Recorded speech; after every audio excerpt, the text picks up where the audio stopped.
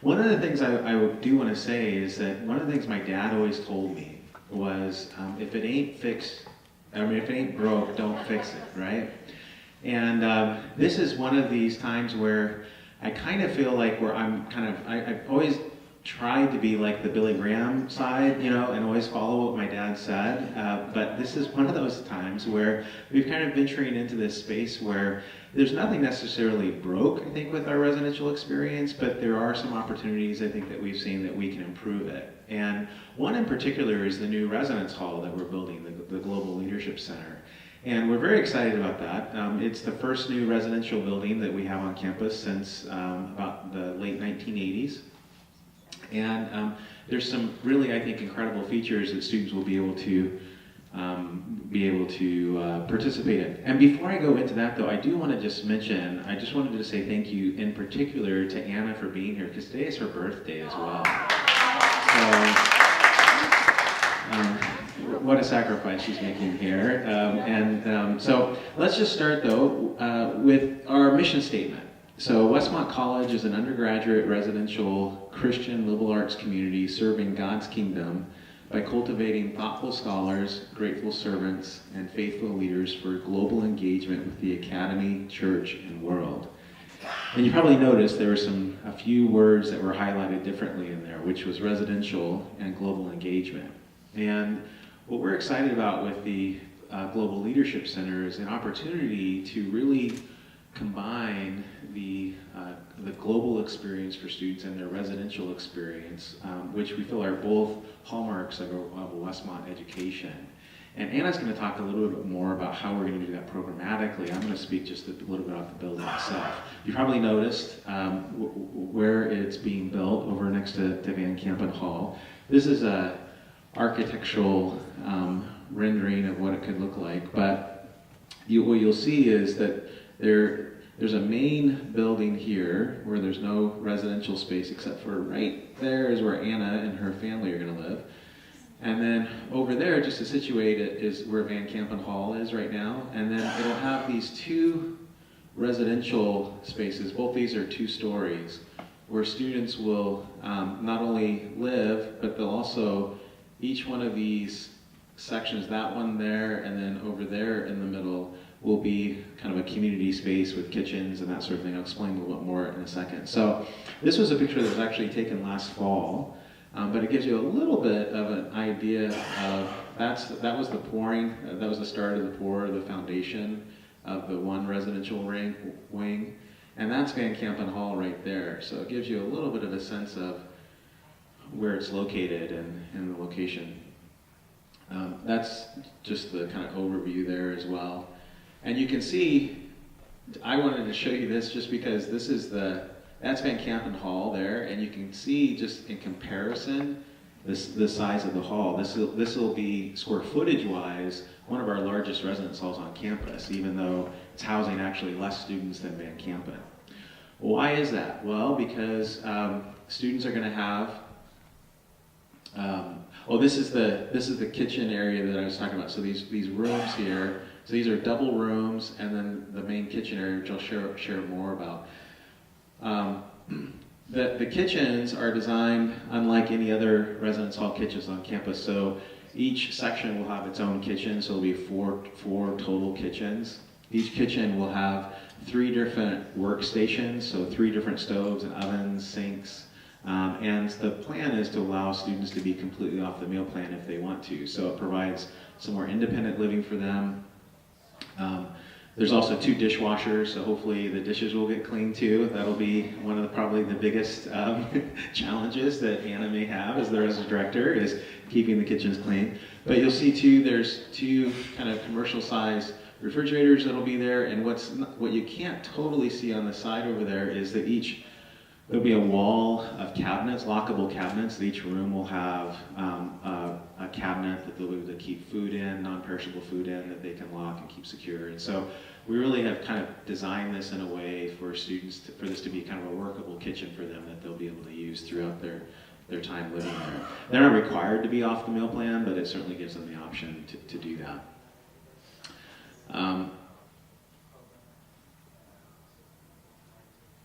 this is just an artist rendering of the community space that will be there, and I think it will be a great. As you can see, the idea was to have a space that would kind of flow in and out of the great Santa Barbara weather that we often enjoy here, and so this space actually right here is the kind of main lounge area, and this entire area right here can actually be moved. That wall, or it's a kind of a window wall, so it can be opened up when the weather is nice, and so there'll be a nice kind of patio out here as well, and over here will be some offices. Anna's office will be there, and some of the programmatic offices. And back tucked behind there will be a coffee shop. So I think that's something that we're all excited about on campus, to have a coffee shop that students can go and not only get beverages and kind of quick food items to go, but just we're hoping the Global Leadership Center will be kind of a hub on campus as well, not just a place for students to live, but a place for activity and engagement there, and a very friendly person behind the counter. So that's the inside of that space that I was showing on the outside there, and again, I'll let Anna speak a little bit to the sorts of things that we hope will happen in there. But before I do that, let me just say, I think one of the slides I was planning on having there wasn't in there. So let me just say a little about the rooms. The rooms themselves are double rooms, and one of the new things that we're doing this year for residential life is creating an option for students called flex triples. So if you're familiar with the way that our housing is now in Page Hall is all triples. First year students live there now.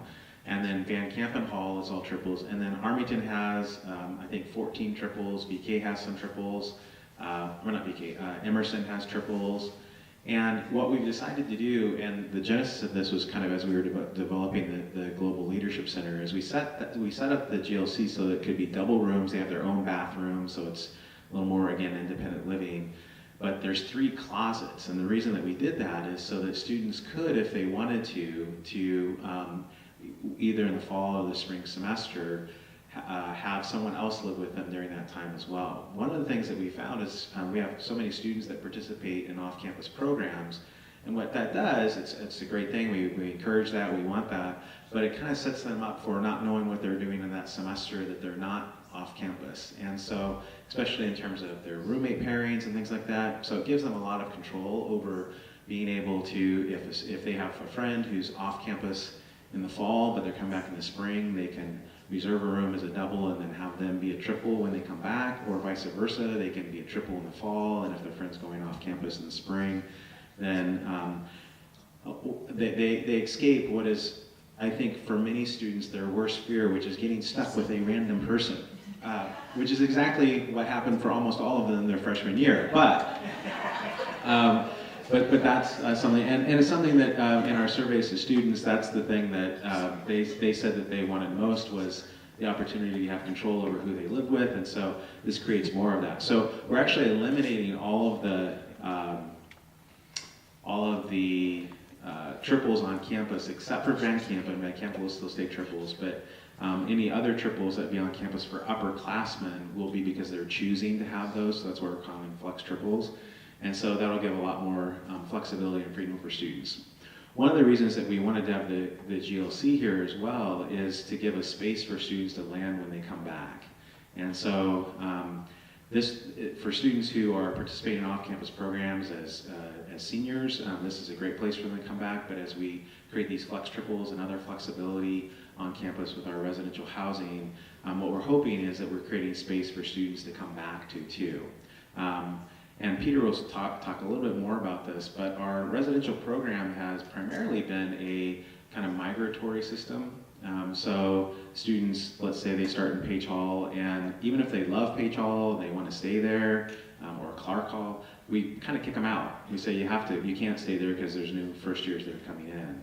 And so there's less of a kind of sense of community that they're developing, and more, I got to go find this other place, and then I got to re-establish that community. What we're hoping is that over time, students will have, like, their community will be based in not always the same place, but certainly have more of an opportunity to have their community be developing in the place where they live, and their friendships that they're developing and relationships. So before Peter comes and talks more about that, though, I want Anna to come up and talk a little bit about what kinds of things we're doing and hoping to do in the GLC. So it really is my privilege to get to tell you a little bit about how we'll be using this facility. As Stu mentioned, our dream is that this would be a landing space for students, but not only that, it's also the launch pad. So as Stu mentioned, we will have predominantly seniors we are preparing for global citizenship. We are preparing for employability. And so we'll be using this space for these co-curricular collaborative conversations that bring their experience from abroad to what is next. You're getting ready to graduate, think about what is next. So the purpose of the GLC is to provide this landing strip and launching pad to bring their global experience, their study abroad, maybe their engagement in San Francisco, LA, wherever they've been, Mexico, to this global citizenship. And Westmont views this as its mission, as it says, and Stu had presented the mission statement for Westmont, the cultivating thoughtful scholars, grateful servants, faithful leaders for global engagement in academy, church, and world. That is just a very powerful and jam-packed mission statement, which I'm excited to collaborate with. And so just a little definition of my work and what I would see as the director of this center is, how do we define global citizens? What is going to be our product? And I see this as the global citizens are people that understand the complexity and challenges of our interconnected world. They certainly see that as they begin studying abroad and engaging in relationship, engaging in the classroom abroad. It's also knowing their social, political, moral, and ethical responsibilities. It is displaying leadership and teamwork.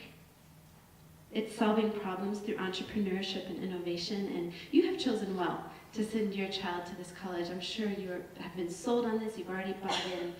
But as these programs are really solidifying, it is just so neat to see our students engaging. And I've done a lot of traveling with my husband, as he used to work here at Westmont, going abroad to Turkey, to China, to Nepal, and seeing our students. And I always say, that's my favorite place to see them.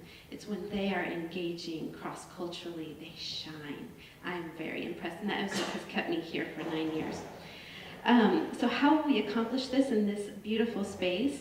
Our hope is to use this space to enhance the visceral, the relational component of students' experiences. So helping them to share their story, helping them to re-engage relationally. As Stu had mentioned, a great fear for students when they leave is, what do I do when I return? How do I share my story with my family, with my friends? Will they remember me? I asked a student the other day, have you ever had anyone ask you, have you gone yet to England? And he's like, actually I have. The students worry about being forgotten.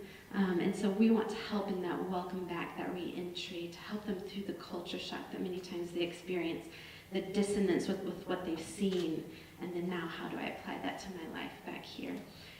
So not only through the relationship, the spiritual, emotional, relational aspect of their re-entry, but also in supporting their classroom learning through enhancing those collaborative, co-curricular engagements, so inviting faculty to come in and present on their particular research, and the students will be living right there and drinking our coffee, and so we've got them as our audience.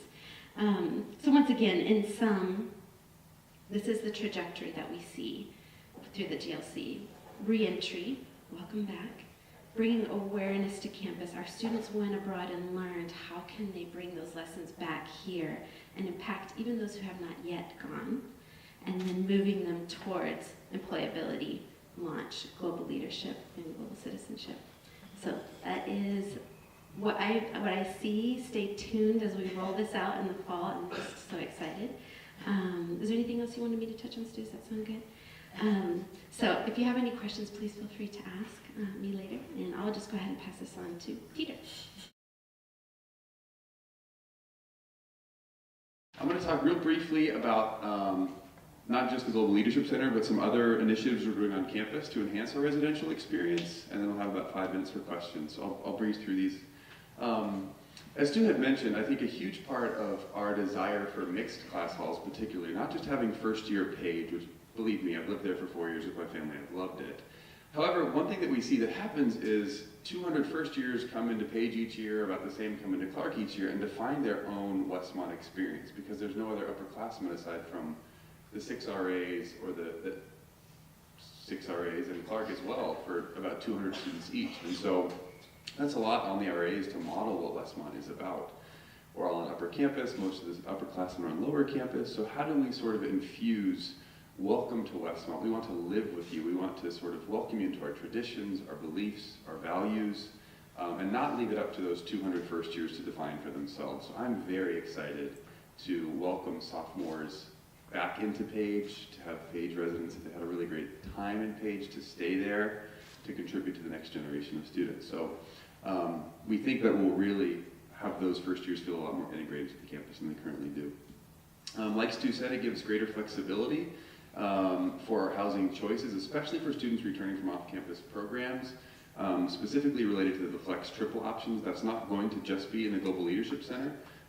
For instance, if there's 2 sophomores who are going to stay in Page, their friend is coming back from Northern Europe, they're welcome to come back to Page Hall and have it be a triple. So it will, and it also enhances sophomore flexibility as well, because essentially they now have the chance to live in Page, Emerson, Clark, or Armington. So it really does, and a lot of this feedback is taken from surveys that we sent out over the last year to our students. They were really on the front lines of some of these decisions. So they have spoken, and this is our response. Let's see, our new model will provide rising sophomores the opportunity to maintain continuity of relationships with their established hall community rather than being forced to disperse among other halls on campus. A big thing we hear from Page residences or Clark residences, I've had such an amazing first year here with these people, now we're forced to disperse.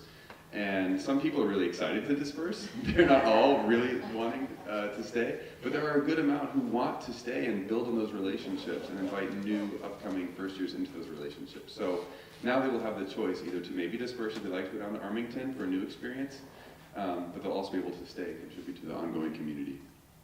A huge thing, and how ironic that we're talking about this one today, the day of Spring Sing, but promoting the development of traditions through residential communities. I think one thing that we lose based on our sort of transitional model is the hall identities sort of change each year. I mean, there's some consistent values, but a real sense of hall ownership or community ownership isn't something that Westmont at this point prides itself on because it changes every year.